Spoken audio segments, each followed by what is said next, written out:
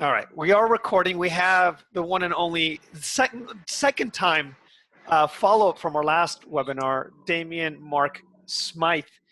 And if for those that don't know, he's done a lot of stuff. You have done a TED Talk. You have a program on what's that platform?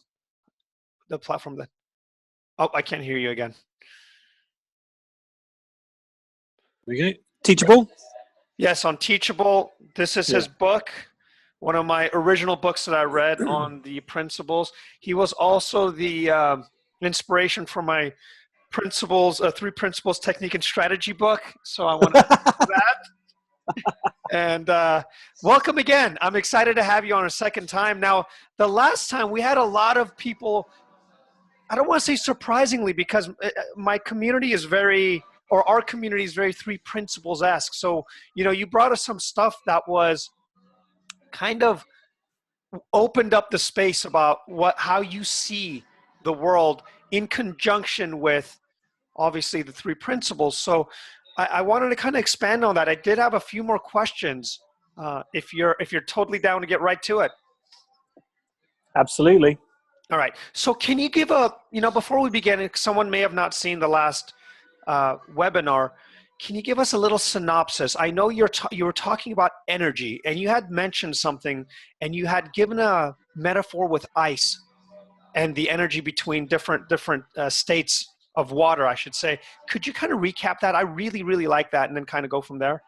Yeah, sure. So, and I've got some new stuff today as well, you'll be glad to know. Awesome. Fair enough. So, I was talking about how the formless goes into the form, because whatever the only thing we've got is what we can see, hear, taste, smell, in front of us, and this is why conceptualizing about things like the principles, it's a dangerous kind of area to go in. But what we have got is we've got facts, and I think I started off with a fact, and my fact is I know I don't know. And so I'm always willing to learn. I'm always willing to understand more. But there is something going on. Yeah, that to me is a fact. There's something happening, which we can tell because we've got the sync of consciousness that's kind of going on.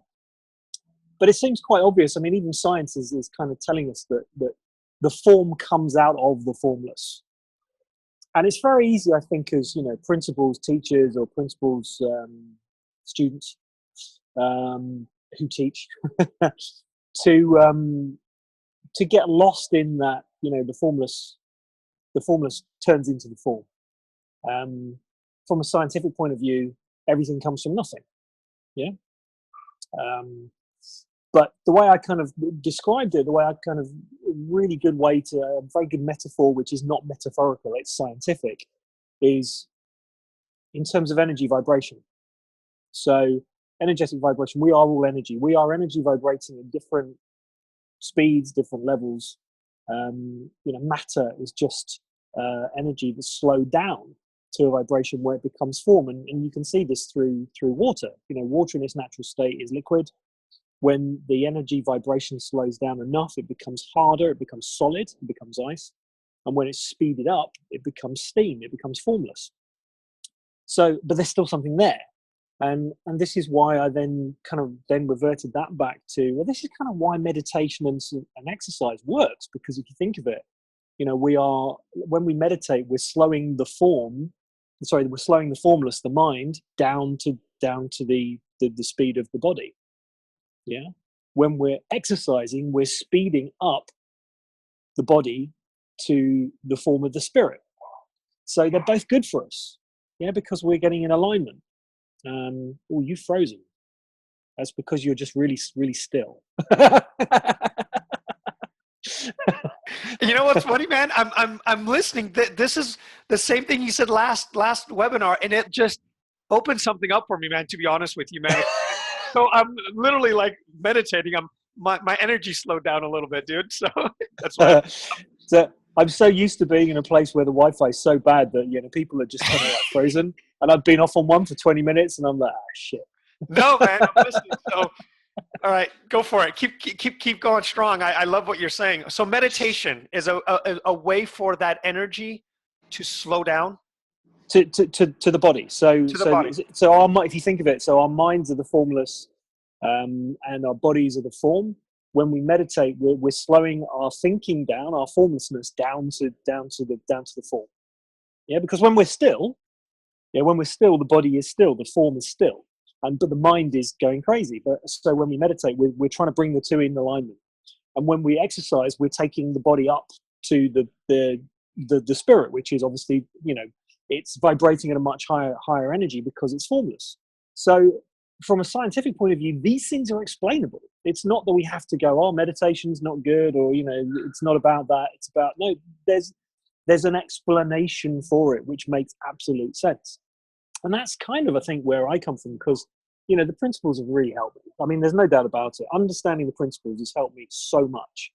Just knowing that I'm the one creating my own thinking, and it's a complete illusion, and then I forget it, and then something will happen, and I think it's to do with the thing, and then I go, oh God, I'm creating all of it.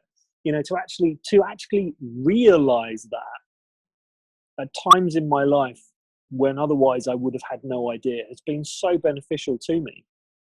But it's not prescriptive, it's a description of what's happening, and this is why I think it's just so nice to be able to kind of to talk about it in a way that makes sense to people. I mean, kids get this stuff because they are closer to it than we are, because they were closer to the formless, they're closer to nothing than we are, because we're at the other end. We've grown old, we've taken all the crap on board, and they get it really easily. So, but when you can even talk about it from a scientific point of view, and they go, oh yeah, well that makes perfect sense, and then you're straight into, well, what is a spirit? I mean, God, speak to a doctor about spirit.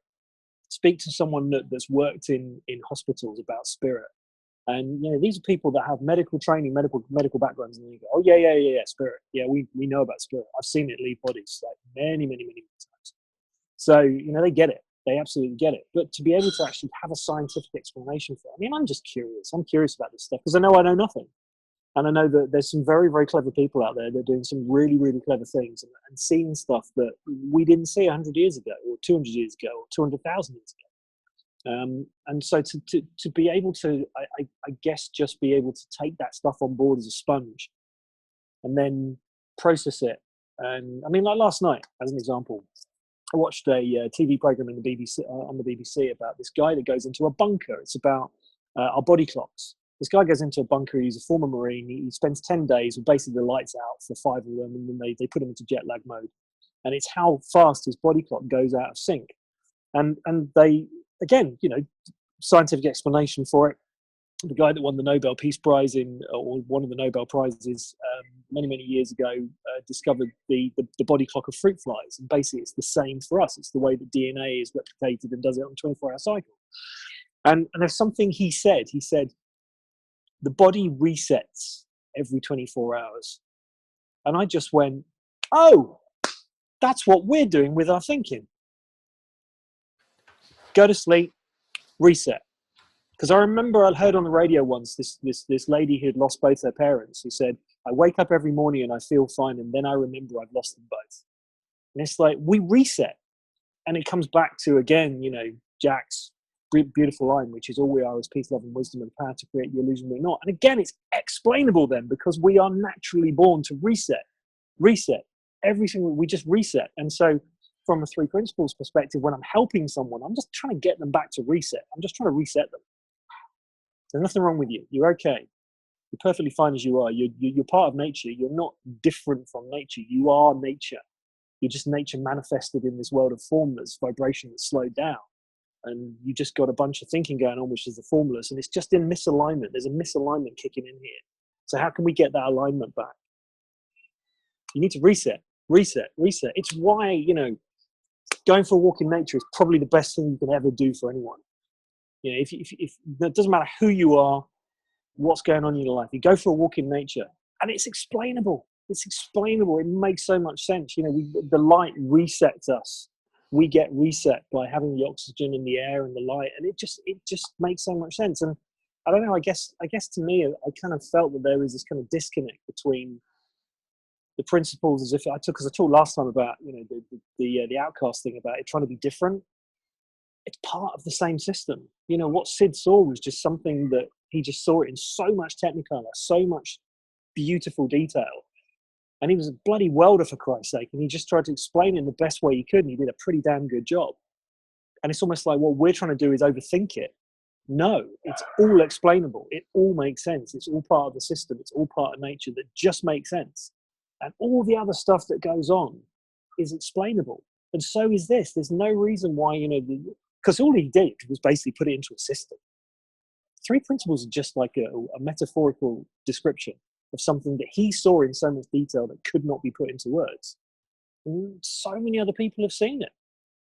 But it's just trying to point people back towards that. And we're all in the world of form, the unenlightened world of form, where we're kind of guessing stuff. We're kind of going, I think you might mean that, or consciousness. Well, let's have a discussion about consciousness. We can't do that because we haven't seen it. That's like me trying to describe a picture to you that I've never actually seen. I mean, how is that going to make sense? How could I do that? So I can only tell you what I've seen, and I've seen such a tiny, tiny bit. And the only bit that I've seen that makes sense to me is when I see it, that, oh my God, I'm the one creating this stuff. And oh, when I remember that, I don't have to get involved in it. Do you know what? That's helped me. But that's it. That's my qualifications. That's it, done. What I think I can be helpful with is bringing the other stuff in, which maybe other people haven't considered, and looking at, the science and the stuff that interests me and going, well, there's a reason that interests me because I'm obviously meant to look at it and I'm meant to bring it to the party. And then having these sort of conversations where, someone might be listening to this and they have an insight that kicks ass.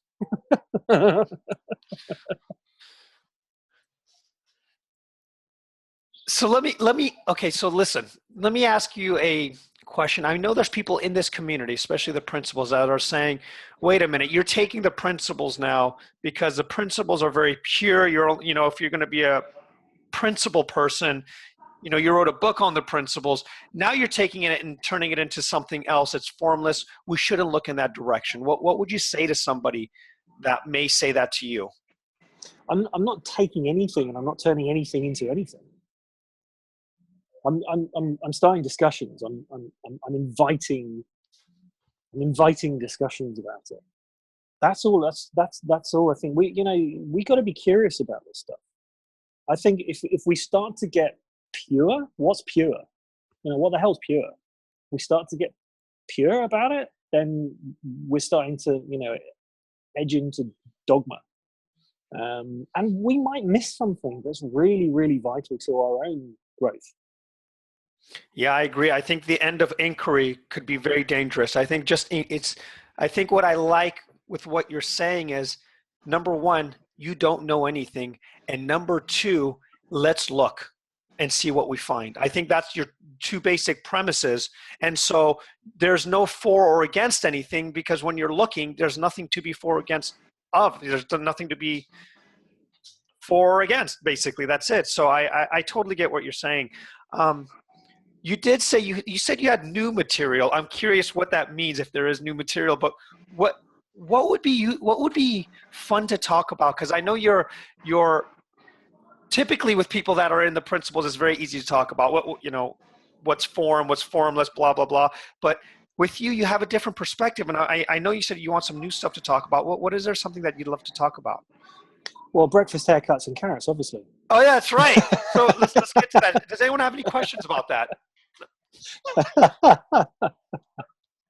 Let's see. Before you begin, before you go to the new stuff, is there anyone here, if anyone's listened to the last podcast or our Zoom call, or wants to ask Damian a question right now, go ahead and put your hand up. If not, then we will continue, and then I'll see. You can put your hand, you can raise your hand or just unmute yourself and just jump in if you want to do that. But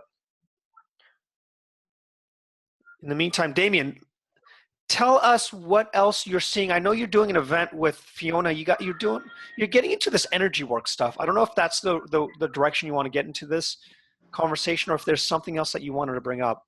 Yeah, I mean, that's really exciting for me because I'm fairly new to it. It's really interesting because Fiona is very good at what she does, but basically all she does is she points people back to their own wisdom. That's what she does. she's just very good at doing it. That's what good coaches do. They just point people back towards their own wisdom. They're not. It's funny, people go on calls because they think they might learn something, but the only thing they can ever learn is the thinking that they're having in that moment. They could have that going for a walk in nature. You don't have to be on a call. This brings me back to what Sid said. He said, if you just go and enjoy yourself, have fun, enjoy your life. And that is part of the new stuff that actually I'm really kind of pointing towards now.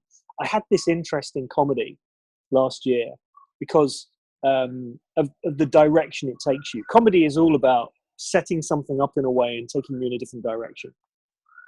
And it just made me realize that's life. Life does that.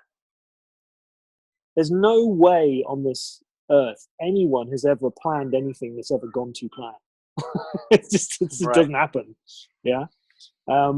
It's impossible. So, life is having the laugh at us, which is why I think getting in alignment with it is us about enjoying life.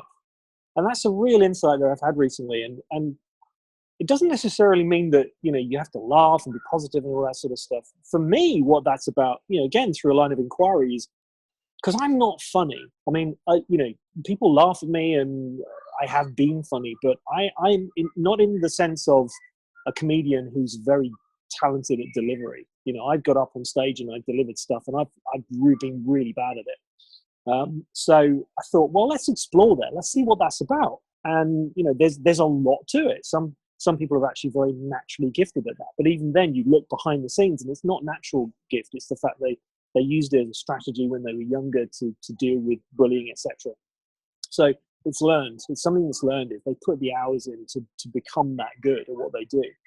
But having fun is about raising your vibration, because ultimately when you enjoy life, when you have fun, you are more in alignment with the vibration of life. So looking at energy work, for me, it was, looking at things like comedy, dancing, excitement, doing what you love, that sort of stuff. Because why? Yeah, there's two options here. Either we are infinite beings that are going to be conscious of our life when we're dead. But as I said last time, I don't remember the dinosaurs. As much as I try to think about it, I really don't remember them. And I don't think I will remember much when I'm dead. So if this is the only chance we've got, and let's hedge your bets, it's one or the other, we might as well go out and really enjoy it. So what does that mean? Well, it means getting into alignment with life. And when I see people in alignment with life, they have fun. They enjoy what they do. They enjoy.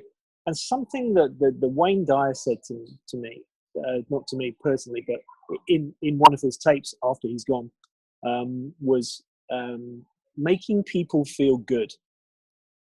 Because good is just another word for God. Making people feel God.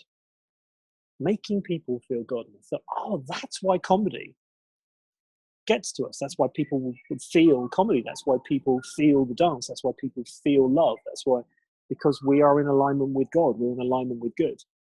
So the area that I'm kind of exploring now is, well, how can we make people feel good? And guess what? One of those ways is to love them. Hallelujah. We have an alignment. That's why it makes sense to me. It's like, oh, that's why we love to do the stuff we love to do, because we feel good. We feel God. And I know, God's just another word for infinite intelligence. It's alignment. It's all about alignment. So yeah, looking at energy in the way that it works and how you play with it and how you manipulate it and how you do stuff with it. And it's a very simple thing to do. You can do this with yourself. You can do this with your own energy. You can sit down and you can ground yourself. You can just, YouTube grounding exercises with energy.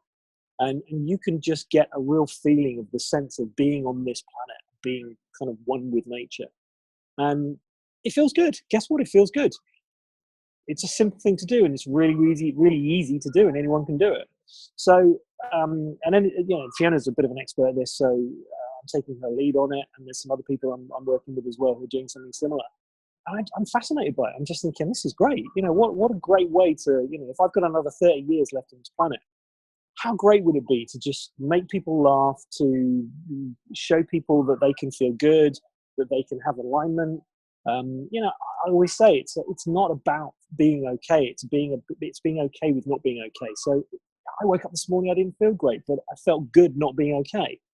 So it's that, and I think that's where the principles potentially comes into the conversation, because realizing that we are the creators of that, we're manifesting this energy that's coming through us, and then getting into alignment with that, because that's really I think all that we need to do is just get in alignment. I've just gone off on one. No, I love it, man. But I want to kind of play with that, because look, you're DJing, you're trying out a bunch of stuff, comedy. You just did a dance competition, right? Yeah, third one. You constantly are doing something. So yeah, I know a lot of people can say, well, that's easy for you to say. You're not depressed. You don't have anxiety. You don't have this going on in your life. You're not having this happen. You didn't lose your job. So for someone that's sitting here listening to you, that's going, well, good for you, Damian, because my life doesn't look like that right now. I'm going through a bunch of shit. What would your response be to someone that's sitting here listening here going, Damian has a wonderful life, but I don't? Well, for a start, I don't have a wonderful life. It's very easy to just look at Facebook and think that, oh yeah, this guy's got a great life. There's loads of stuff going on in my life, which there's that old thing about like throwing your problems into a bowl, and by the time you've like looked at everyone else's, you'd just be grabbing your own back out. And seriously, that is the case. My oldest daughter has been alienated from me. I don't see her anymore. The same thing's happening with my 11-year-old at the moment. Exactly the same process, going through all of that stuff.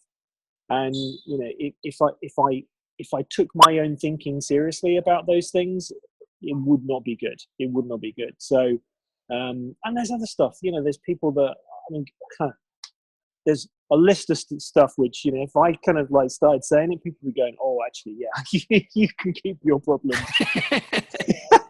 So it's funny that you said that you're like, look, I do have loads of problems. So what do you say, in your opinion, like you have stuff going on, you just mentioned family members, daughters.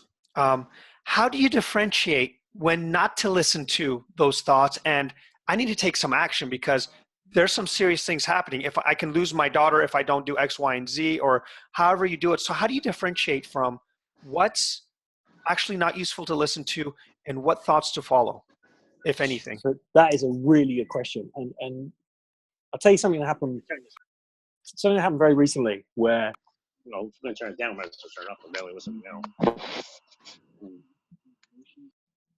that's Dr. Fred cutting in there.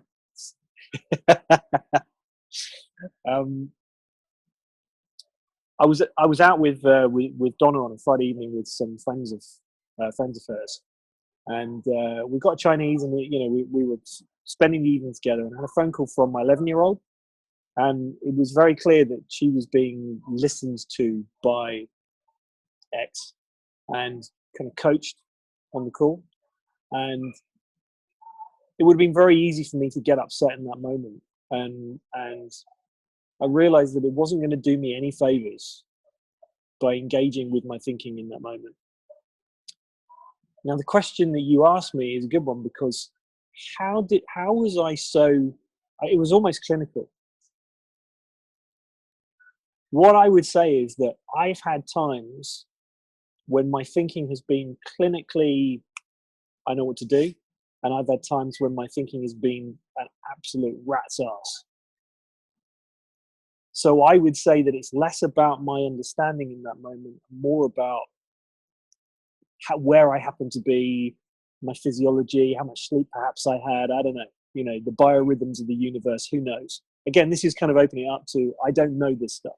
Right. But I just know that sometimes I've been able to go, yeah, that's my thinking, I'm not playing with it. And other times I've gone, I wouldn't have seen it. So it's not about, we talk about grounding in the principles. I think grounding, it's like, really? I mean, I know some really grounded people who've really lost their shit. So you can go ahead and say names if you'd like.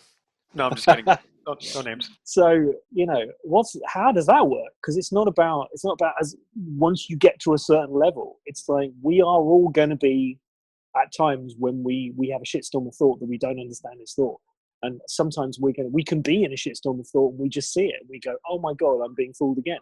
It's not about grounding. It's about so many other things. So in a way, so you said, there's a lot of factors that allows you to maybe see more or less in any given moment. So if that's the case, then we don't get to choose what we see or how we're going to experience that thought at any moment. In other words, you're out of the equation in a sense, because you don't go, oh, here's a thought, I'm going to really think about this one. Or, you know what, here's a really scary thought, let's not think about this. It does it for you. Is that true? Yeah, but I always say on this one that we're co-creators. Yeah, so this whole, okay, is it my thought, is it not my thought? Right. I think I put this post on recently. So I didn't choose to be born, but I'm choosing to stay alive. Right. So thought comes in. Right. We get to co-create. In other words, yeah, there might be a lot of factors going on that take that ability away from us. But if we are present, and again this perhaps, and maybe I've just had an insight into that. It's like about that being present. If we, as in, if the formless, if the soul, if the knowing we, and I say we because I think we are co-creators. You know, I'm not saying I'm separate from that which created me. I can't be. You know, this form, this body, is that me? Well, yes, it is. But so is everything else around me. It's all part of me. But the me that differentiates myself is, you could say, the ego. But let's play in the world of form for a minute, because obviously there is a me, there is a separate me, there is a Damian Mark Smyth, because, yeah, there is one. When I feel in alignment with everything, happy days. When I'm out of alignment, I'm separate. So maybe that's it, again, as an explanation. All we're trying to do is get back into alignment. You know, Sid said it, so all we're doing is going home. But it still comes down to, there is something happening here. There is something playing out here in the world. And whether it's, you know, it's temporary for us and it's permanent for everything that creates us. Now that's interesting. It's temporary for us, but it's permanent for everything that creates us. That's like, you know, the water droplet not being part of the ocean. Maybe it gets washed up on the beach, and the sun does its stuff, and it becomes a sun ray, which then becomes something else, which then becomes something else, which then becomes something else. You know, that again, from a realistic point of view, that's probably how we are as humans.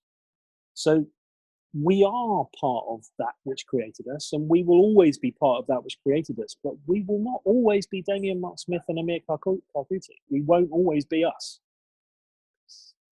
So coming back to the play thing for a minute, it's like, well, wouldn't it be fun whilst we're in this form to play our part and to be who we could be, and to rise to the fun of it, you know, the cosmic joke of it, and go, well, do you know what? In this temporary form of me, I'm going to play the best part that I can possibly be. It's like we're actors. We're just acting on a stage. And when we have fun with it, we can enjoy it, and we can make a really good performance. So when you're saying we're in alignment, is that the same as when people talk about oneness? And then there is, you mentioned we are co-creators. There are people in our community that says there's no such thing. There is no you to co-create, and all they get into the non-duality. What's your point of view on all that stuff? Do you even have one? Yeah, I mean, I said to you last time, it's like, if you punch me in the face, I'm not saying I did it. Right. That wasn't me. Yeah, you know, oneness is great when you really, because I think enlightened beings, that's exactly what's happened. You know, they've seen it at such a deep level that they have become it. I think, you know, Buddha, Christ, whatever. It's like they've seen it. Sid, they've seen it at such a deep level. It's permanently aligned them. Yeah. And this is actually kind of interesting, because this is coming back to the reset stuff, which is kind of the direction I've been heading in for the last week or so, which just affirmed it with this thing last night. You know, as an example, they've done CAT scans of people with PTSD, and basically they've been in a situation where their nerves are just their nerves caused by thought are exposed to something such a permanent state, like it being in a war zone. that they are essentially in shock. You know, they are in a permanent state of shock. And the way that they get out of that is they go in and they, you know, put an electrical charge through the telomeres, and it just shocks it out. It just basically changes the state, it resets it. Yeah. It's kind of like enlightened beings that kind of see this oneness, or that maybe go and meditate for 18 years in a bale of hay. You know, they get it at such a cellular level that they are in a permanent state of enlightenment. Well, I don't think I've ever met anyone who talks about oneness who actually sees that in a permanent state. They might talk about it a lot and, you know, great, but if they actually really saw that at a cellular level, then I think I would see, I don't know, maybe I would feel it. Yeah, I always hear the story about there was someone who was interviewed on a radio show that said, have you ever met an enlightened being? The guy said, yeah. She was a beggar in India and she was blind, deaf and dumb. People would just go and sit and be in her presence. She didn't need anything, but people just went and sat to be with her. And she was washed and clothed and, you know, kept by people because her presence was so enlightened. And they just knew she was enlightened because she didn't need anything. So maybe if I met someone like that, would they talk about oneness? Probably not. They'd just have a big smile on their face. Well, I mean, and the only way you would know she's credible is if she posted a meme on Facebook about oneness. I think that would let us know that this person. No, I know what you're saying. It's funny because that's something that I always thought to be true too. Well, maybe not. I mean, I write a bunch of stuff too. Is like people that are probably experiencing oneness, their first instinct wouldn't be to jump on Facebook to talk about it. But maybe that's just me. But who knows? Maybe I'm wrong. Does anyone want to make fun of Damian? You have your chance. Dominic does. And speaking for those that are here, Dominic will be with us next week, where I'm going to beat up and batter him then. So right now, let's jump on the phone and see what he has to say. Mr. Dominic. How? Hey, Damian, how are you? I'm good. How are you? Amir, thank you for the opportunity. And Damian, thank you for the generosity of 2 sessions. Can't believe you had me back. This is great. I really love the kind of what you guys were just talking about, and apologies for joining late. But yeah, this whole thing of co-creation, and it's just something hit me when you said about have you ever seen an enlightened being, or like that. And the thing with that very much resonates with me and goes with what you said earlier around this state of alignment. Like, are you in alignment with, the oneness, and then you're back to Damian and all that kind of thing, back and forth. Abraham Hicks will talk about enlightenment is not like a college degree that you get the diploma, you hang on a wall, and it's yours forevermore. Enlightenment is a state of being that you're either in or are not in the moment. And so that for me seems real, like where I've experienced, a state of being in greater alignment, closer to that feeling, versus when I'm pissed off because someone didn't put their cup in the dishwasher and they really should have. That's probably, in that point, I'm not in a state of alignment and oneness. So to me, I get that sort of that fluctuation or that seeing. And even people, I think there's people closer or whatever. Like, I think of an Eckhart Tolle or a Byron Katie, and it's like it's clear they're living in their own world. Like Byron Katie, if you ever listen to her purely, it's like she's a freak, right? She's a freak. Like the things she'll say, and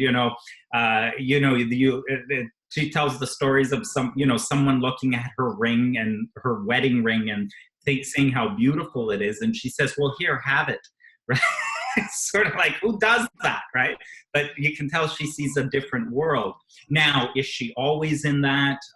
This is where I think each of us have to use our own, call it wisdom, that when you listen to that, is everything she's saying like the voice of God, or are there times when she's in alignment or not? And by the way, I don't think it would even matter if everything she was saying was the voice of God, because the point is, can I hear it or not? And that has to do with whether I'm in alignment or not as I listen to her. So you just reminded me, it's like people that used to listen to Sid, that you know, he's told the story about, you know, people come up to him at the end of one of his conferences and said, "Oh, Sid, you know, why didn't you say that thing before?" And he said, "I've been saying the same thing for 18 years." Yeah, yeah, yeah. Well, that is so, that resonates for me as well. Again, Abraham Hicks will say, you cannot answer a question that is not being asked.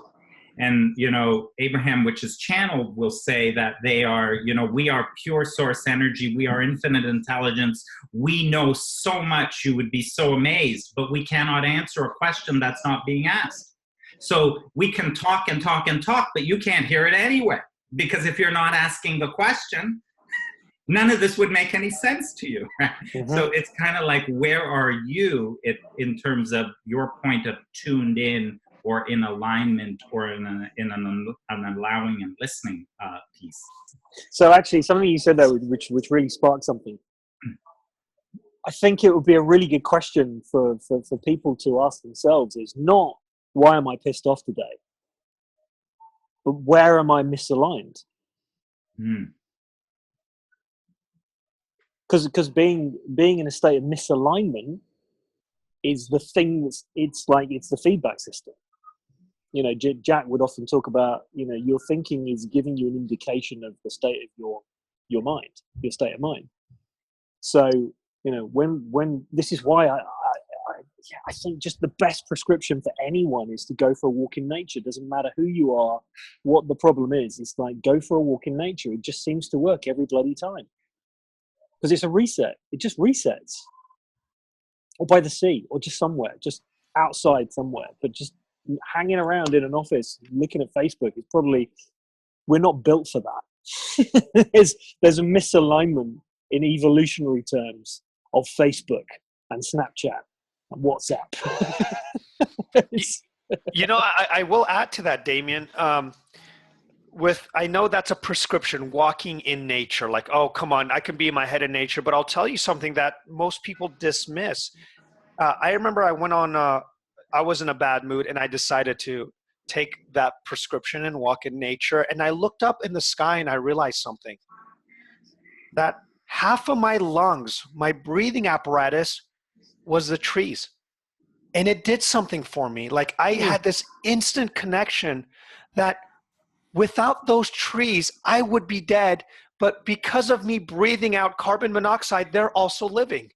And it just went poof for me. Like, holy shit, I am not alone. I am not alone in this world. Like, they need me, I need them. And then I started to see birds, and they're flying. And I said, they need the birds. They need the trees, and the trees need the birds. They're pollinating, the bees. And I looked around and I said, we are all literally, not figuratively, but literally connected to everything. And that's, I think, what this alignment is it's just a reminder. And I love, again, what you're pointing to, because this is it. It's like, it's not the prescription, go walk in the forest. It's seeing the realization that you are literally a part of this thing that you're walking through, and it does something for us. And I don't know. Well, also, something you just said there, it just makes me realize as well that when you are walking in nature, you are walking amongst super alignment. Yeah, you are basically surrounding yourself with a whole lot of energy that's doing a whole lot of vibrating at really aligned ways. There was a recent book that came out, I can't remember the name of it, something like The Life of Trees, but it talks about how they basically, they're a community. Like, underneath the ground, they're a community. If like one tree starts to get sick, like the rest of the trees will basically, you know, mend it. And you know, within that community of like the bees and the flowers and the leaves and the soil and the bugs, and it's like you are basically living in like a super aligned community, and you're walking through it. So no wonder you're going to have the energy coming from that, you know, as opposed to walking into a city where we've basically gone in and fucked it up. We've taken away the alignment of nature, and we've just stuck a load of aligned buildings there with electricity and Facebook. Well, which is funny because they are doing virtual reality in hospitals now where they put you in nature. The irony of this all is they take you and it happens to scientifically relax them if they're on high pain, like if they're on opiates and stuff like that, which is ironic because they're using virtual reality to get them to nature. But, hey, it works. It works. My God. Does anyone want to jump in and say anything? Say hello. Any questions? Talk about my good looks. Anyone, you feel free to do that. No? Okay, maybe I can. It's Renata. Hey, Renata, what's going on? It's interesting because I want to talk, and the only thing that kept me going this week is this alignment. And so I might do like the redundant bit where I'm repeating a bit of what's been said right now. And if it gets too unproductive, you can just shut me up. But yeah, this week was in my family. It was the commemoration and the funeral of my mother. And like many people on Earth, we've all had our perspective, our stories and experiences about what that means. And I met people that are blood related, and that last time I saw them was 50 years ago. And it's all these people, because of this community, because of conversations like this, I was able to shut up and be with them. And at the same time, it became very similar, almost the same as when I was a kid, before I had thoughts about anything and everything.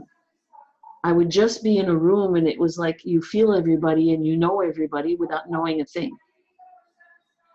And this alignment, it's now in my life currently. If I don't feel this alignment, this wordless, all-encompassing, my word for it is love, but mind, life, whatever. If I don't feel connected to all the trees, like I'm seeing trees and the water and everything in front of me right now through the glass, I can't function. I literally become sick within hours. And within a week or so, forget it. And if I go for months and years, I go back to when I was a teenager and all of a sudden I'm literally blind. And I don't really know what to do with it. And I thought for a long while, I picked up on I should be like this or like that. But right now it's become by necessity and by wondrous rediscovering and remembering, I'm just going to let go. I'm not going to freak out anymore. Well, I might freak out, but I'm going to stay aligned. And from there, I'm astonished after to be human, go wacky, out of sync and everything, right? And do something stupid. And the next thing I know, it's okay. I'm starting to experience what many of you in this community have been giving. You were speaking about when people don't talk about it anymore, they literally radiate and embody it. And just the loving kindness and the compassion. And I often play on words, but compassion for me is literally a compass eye on, meaning disalignment, meaning just being in the moment. And if I don't know, I'll learn. And if I goof up, it's okay too. I'm human too. And I really, all the stories, as much as I've been babbling and crying and smiling and trying to be witty all these years with this community, none of that matters anymore. And I'll finish this loop. I don't want it to be like a Renata personal sharing, but that's how I experienced it this week. I didn't want to bother with receiving material goods from my mother's house.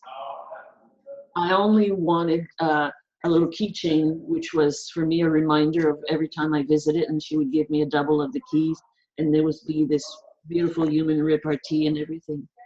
And again, like many people on Earth, we've had misunderstanding and had decades and years of estrangement with different people, including my mom and I. And I was under the impression that everything was fine. And as I'm speaking here, it is.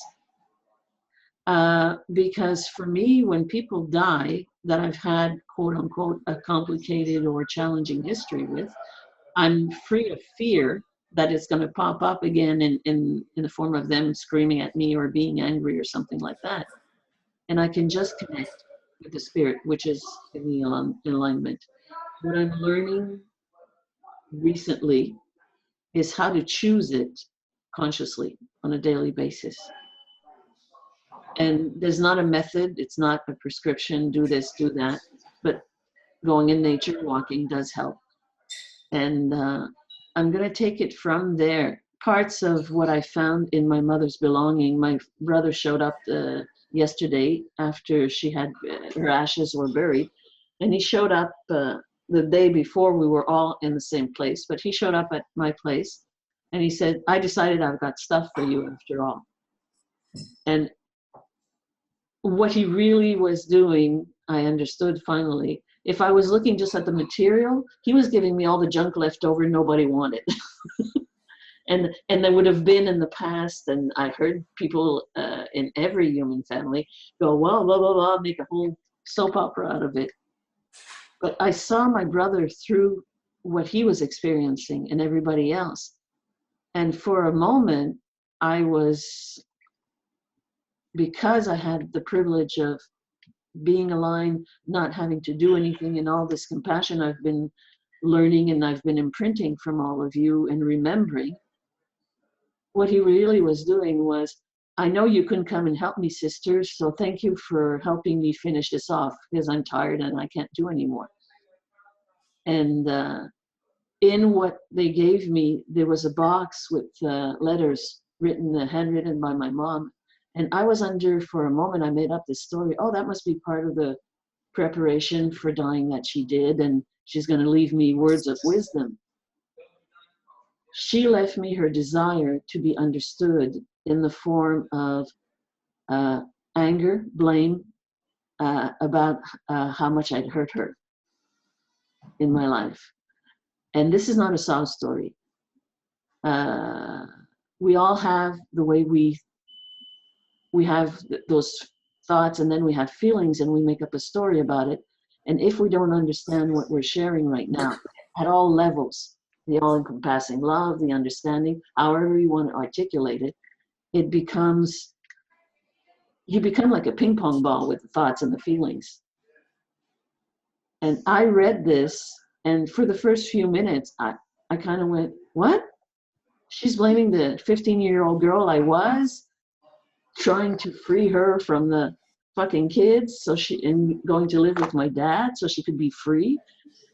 And all of a sudden, it just went, no feelings, and it just went, breathe. And then I just went, oh, this is what she was experiencing. And my heart broke open, and it just went, okay, Mom, you're free now. Just go for it. It's amazing. I don't quite want to make sense out of it right now. I'm starting to be grateful for the experiences. And I could talk and babble about a whole bunch of things, but I think what I'm starting to be most grateful for is all the stories and the babbling that I thought I had to share at speed of light so I could be heard and exist. It's no longer important. You remind me of Julia Cameron quote, which I've got on had on my Facebook page, which is, love is the substance of all things. Everything is connected in love. Yes. And she also wrote, I bought her book, The Art of Living Creatively, for my 50th birthday. And she spoke about the enlightened therapy that urged us to accept the world and that art, in the form of the old Shakespeare version, to be, literally by choice, by creative choice and perspective, every day, every thought, everything, literally demolished the victimhood position. So we are created beings, and Yes. something that just occurred to me as you were saying that, which was kind of a bit of a mind-blowing insight, was if you look at a seed in the forest, it contains within it 1 million forests. Yes. If you look at the seed within a human sperm, it's exactly the same. It contains within it a whole population. Yes. Everything is enfolded into everything else. Everything that is needed is enfolded into every cell. It already has it. And the thing that makes it come alive is the creative force, is the creation force. And the thing that nurtures it is love. And I just got a real sense of that. That's all it is. I remember there was someone wrote recently on Facebook. It's like, give us your 3 top tips for like living a better life or something. I said, sleep well, create lots, have fun. Yeah. That's it. Sleep well, create lots, have fun. That's it. You're done. You don't need to know anything else. Yeah, that's pretty much it. That's where it brought me right now. And see, I'm not gonna. This is how it looks right now. That's okay too. And there's something wondrous. And I didn't try, and I did so many years of spiritual questing and trying and everything. It was really ridiculous. To come back to just seeing, oh, we're already that, and take it from there. So in a way, actually not in a way, I'm really grateful that I can't do all this overthinking anymore. That right now my physical body and nervous system just can't be hacked that way anymore. Can't hack it, literally. And we'll see what happens. Thank you. Because, okay, go for it. Thank you. Could you say more about co-creation?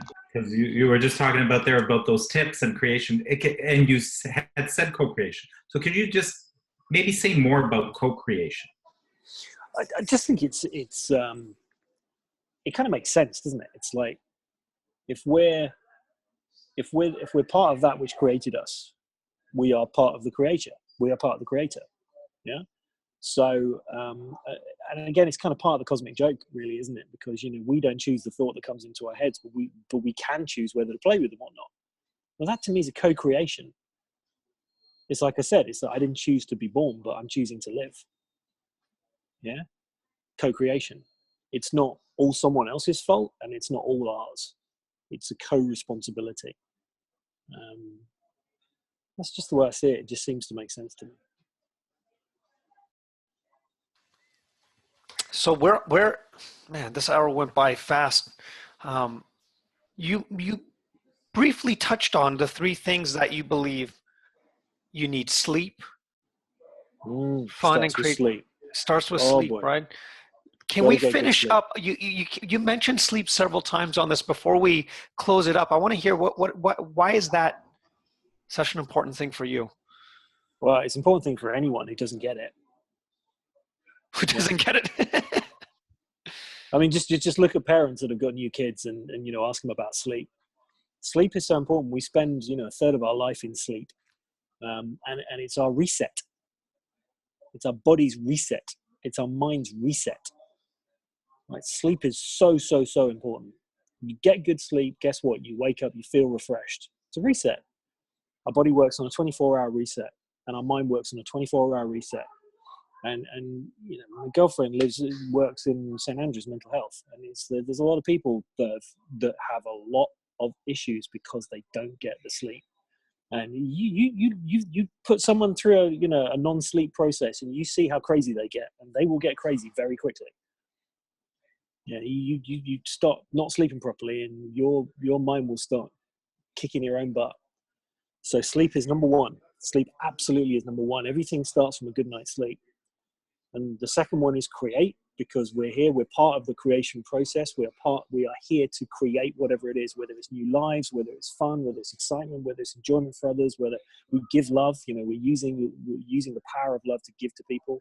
And then the third one is to have fun, which is the alignment bit. And you know what? Those are 3 tips. If you do those 3 things, if you get good sleep, if you create lots, if you have fun, that's a recipe for a decent life. Well, on that note, I think I'm gonna go take a nap. Arvin actually asked, what about naps? Yeah, why not? If your body needs rest, go and listen to it. It's deep listening. So basically, this is your body will tell you because it's part of a greater design in the first place.